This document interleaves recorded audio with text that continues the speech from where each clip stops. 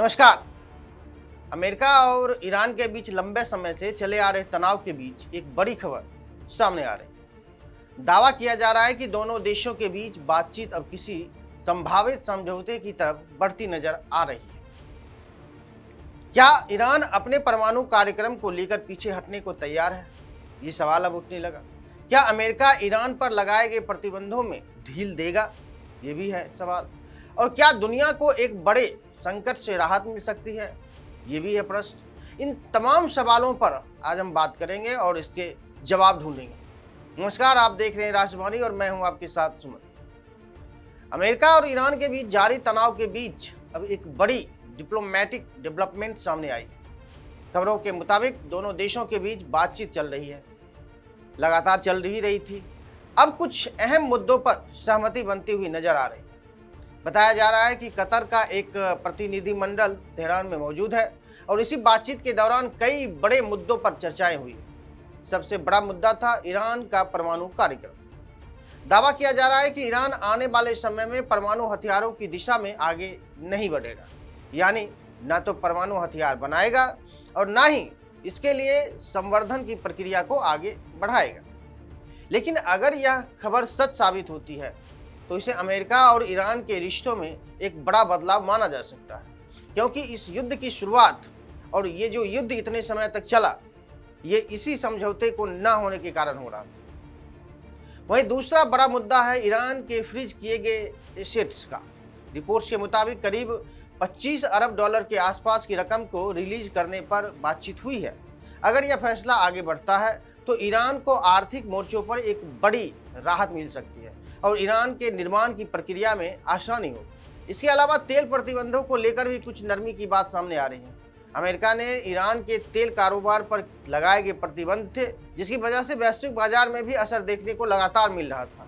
लेकिन जिस तरह से खबरें छन छन कर निकल कर सामने आ रही है, वो निश्चित ही राहत देने वाली है दुनिया के लिए कि ईरान तेल की सप्लाई कर सकता है, या भारत सहित दुनिया के लिए एक राहत भरी खबर है।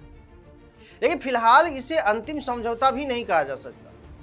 हालांकि ट्रंप ने तुरंत के माध्यम से इस समझौते के बारे में जानकारी दे दी है।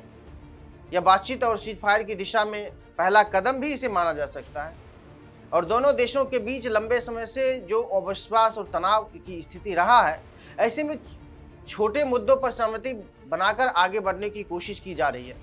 हालांकि सबसे बड़ा पेच अभी भी कई मुद्दों पर बाकी है, जिसमें हिजबुल्लाह, लेबनान और क्षेत्रीय सुरक्षा जैसे विषय शामिल हैं। अगर मोटे तौर पर देखें तो 4 बड़े मुद्दों पर बातचीत आगे बढ़ती हुई नजर आ रही है। पहला, परमाणु कार्यक्रम को लेकर ईरान की सहमति। दूसरा, अमेरिका की तरफ से ईरानी संपत्तियों को रिलीज करने की बात। और तीसरा, तेल प्रतिबंध में संभावित ढील। और चौथा, और जो सबसे अहम है दुनिया के लिए, वह स्टेट ऑफ हॉर्मुज को लेकर स्थिति सामान्य करने की कोशिश। स्टेट ऑफ हॉर्मुज हम सब जान चुके हैं कि दुनिया के सबसे अहम समुद्री रास्तों में से एक है।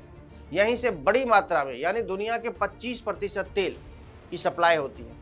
अगर यहाँ तनाव कम होता है और आवाजाही सामान्य होती है तो इसका असर पूरी दुनिया की अर्थव्यवस्था पर पड़ेगा और अमेरिका ने हॉर्मुज को खोलने के आदेश भी दे दिए। तो निश्चित ही भारत के लिए भी यह खबर अहम माना जा रहा है, क्योंकि भारत अपनी ऊर्जा जरूरतों के लिए तेल आयात पर निर्भर है पूरी तरह। ईरान का तेल भारत के लिए इसलिए भी महत्वपूर्ण माना जा रहा है क्योंकि यह भौगोलिक रूप से भारत के करीब है और सप्लाई में सुविधा हो सकती है। लेकिन सवाल यह है कि क्या अमेरिका और ईरान के बीच यह डील वास्तव में हो पाएगी, क्योंकि दोनों देशों के बीच दशकों से तनाव रहा है। अमेरिका की रणनीति ईरान पर दबाव बनाने की रही है, वहीं ईरान भी अपनी कूटनीति के लिए लगातार जाना जाता है और अमेरिका पहले भी ईरान के साथ अलग अलग दौर में समझौतों को तोड़ता आया है, फिर करता है। तो क्या यह विश्वसनीयता बरकरार रहेगी? इस पूरे घटनाक्रम में एक और बड़ा सवाल है कि क्या यह ईरान की हार है या अमेरिका की रणनीतिक वापसी। तो कुछ जानकारों का मानना है कि ईरान ने लंबे दबाव के बावजूद अपनी स्थिति बनाए रखी, वहीं अमेरिका भी अपने हितों को ध्यान में रखते हुए बातचीत की तरफ बढ़ता दिखाई दे रहा है। फिलहाल अमेरिका और ईरान के बीच बातचीत को लेकर दुनिया की नजरें टिकी हुई है। अगर यह समझौता बरकरार रहता है और लंबे समय तक चलता है तो इसका असर सिर्फ इन दोनों देशों पर नहीं बल्कि पूरी दुनिया की राजनीति और अर्थव्यवस्था पर पड़ सकता है। इस पूरी खबर पर आपकी क्या राय है, कमेंट करके जरूर बताइए। तब तक के लिए धन्यवाद।